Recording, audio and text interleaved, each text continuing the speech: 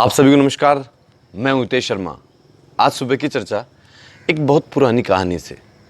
एक बादशाह सलाह लेने के लिए एक भले आदमी को हमेशा अपने पास रखता, अपने साथ बिठाता और जब राज दरबार होता तो भी अपनी कुर्सी के बराबर उस व्यक्ति को बिठाता। जब भी उसे कोई समस्या आती तो उससे सलाह लेता। वो भला व्यक्ति हमेशा एक बात कहा करता था कि अच्छे व्यक्तियों के साथ उनकी अच्छाई के कारण रहो, बुरे आदमी तो उनकी बुराई के कारण अपने आप खत्म हो जाएंगे, उन्हें खत्म करने की जरूरत नहीं। दरबार में कुछ दरबारी ऐसे थे जो बेवजह उससे जलते थे कि बादशाह सलामत उसे इतना सम्मान क्यों देते हैं, अपने साथ क्यों बिठाते हैं, हर बात पर उससे सलाह क्यों लेते हैं, उसकी बात क्यों मानते हैं। एक बार एक दरबारी ने एक योजना बनाई। वो बादशाह के पास पहुंचा, उनसे निवेदन किया कि मैंने सुना है वो भला आदमी आपके बारे में बुराई कर रहा था। वो कह रहा था कि बादशाह की बदबू से मैं बहुत परेशान हूँ। मेरा मन होता है कि मैं दरबार से चला जाऊँ, लेकिन क्या करूँ, जा नहीं सकता। बादशाह ने कहा मैं मान नहीं सकता। उस दरबारी ने कहा कि अगली सुबह जब वो आपके पास आए तो उसे आप अपने पास बुलाना।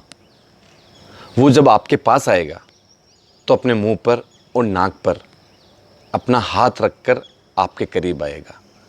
बादशाह ने कहा ठीक है।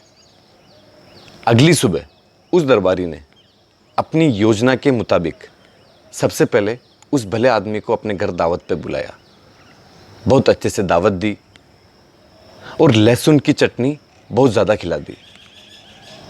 जब दरबार में वो भला आदमी पहुंचा तो बादशाह ने उसे अपने पास बुलाया।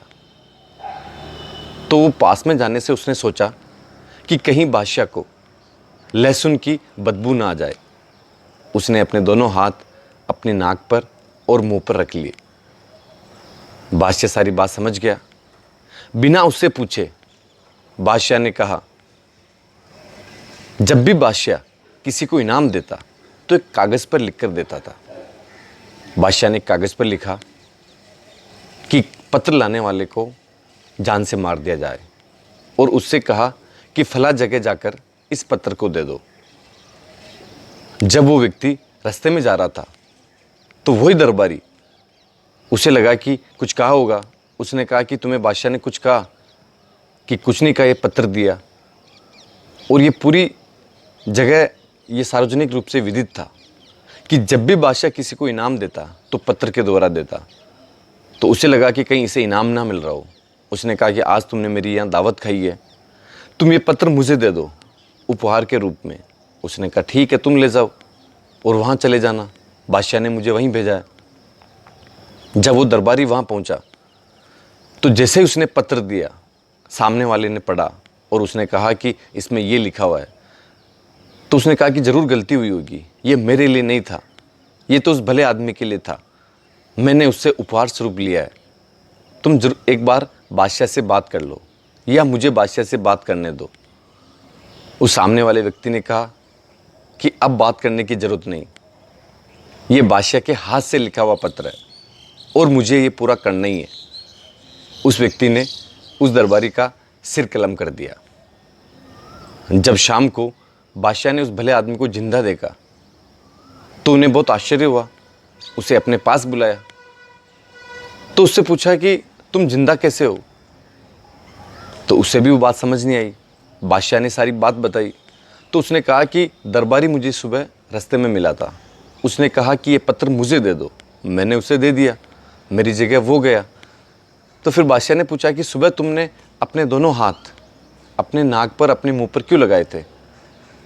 तो उस भले आदमी ने सारी बात बताई कि मैं दावत पर गया था, वहाँ मैंने लहसुन की चटनी ज़्यादा खा ली और आपको बदबू ना आए इसलिए मैंने लगाई थी। तो बादशाह ने कहा कि तुम बिल्कुल ठीक कहते थे कि अच्छे आदमी के साथ उसकी अच्छाई के कारण रहो, बुरा आदमी उसकी बुराई के कारण अपने आप खत्म हो जाएगा।